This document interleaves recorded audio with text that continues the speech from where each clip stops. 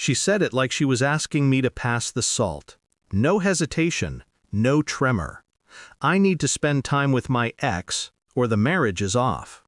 The restaurant hummed with soft chatter, silverware clinking on porcelain. My hand froze mid-air, fork hovering above the plate. I looked at her, not through her, at her. Every muscle in her face was relaxed, like this was a negotiation over curtains, not fidelity. Inside me, something shifted. Not a snap, not a break, just a silence. I set the fork down, wiped the corner of my mouth with the cloth napkin, and said, "Okay, do it." Her lips parted, searching for outrage, or maybe gratitude. I gave her nothing, because in that moment, I already knew. If she was asking this, she'd already chosen him. The only question left was how I'd answer. On the drive home, she spoke of closure, unfinished chapters, understanding herself. Words like glass beads rolling uselessly in the dark. I nodded when she needed me to, silent when she didn't. Her phone buzzed twice in the cup holder. She didn't touch it. That told me everything. If she were innocent, she'd have rushed to silence the proof. But she let it vibrate. Bold, careless.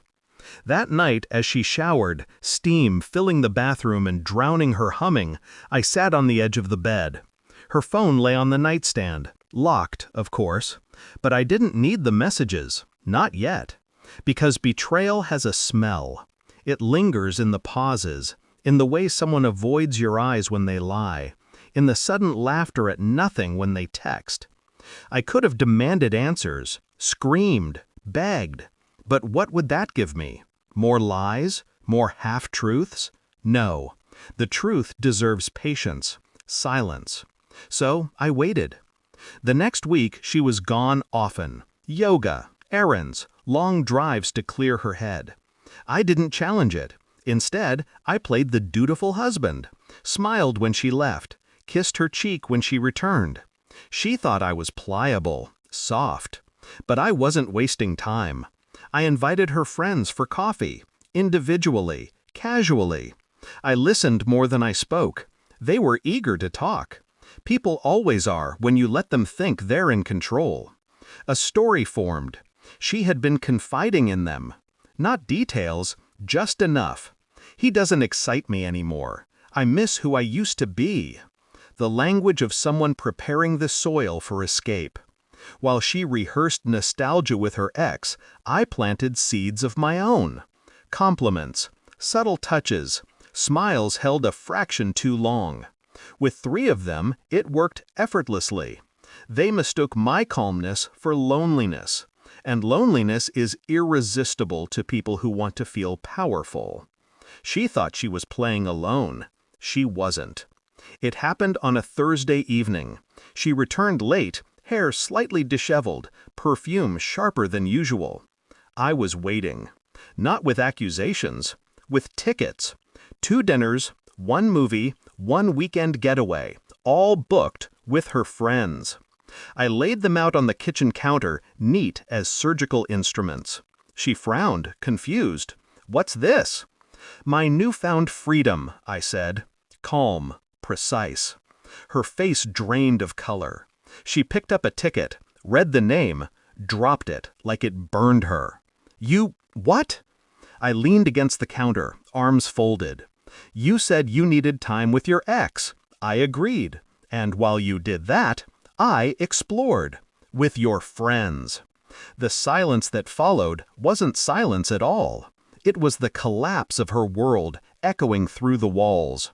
She stammered, You can't." "I can." My voice cut across hers like glass through skin. "You wanted freedom. So did I." Her hands trembled on the counter. Her lips quivered. For the first time, she was the one begging for balance. "It was a mistake. I didn't mean, please, let's just forget this." I watched her crumble. The same woman who hours ago walked into another man's arms now clawed to keep mine. "I'm not angry," I said, and it was true. The rage had burned away days ago. What remained was colder, sharper, I'm done. She reached for me, desperate, but I stepped back. You wanted to see who you were without me. Now you will.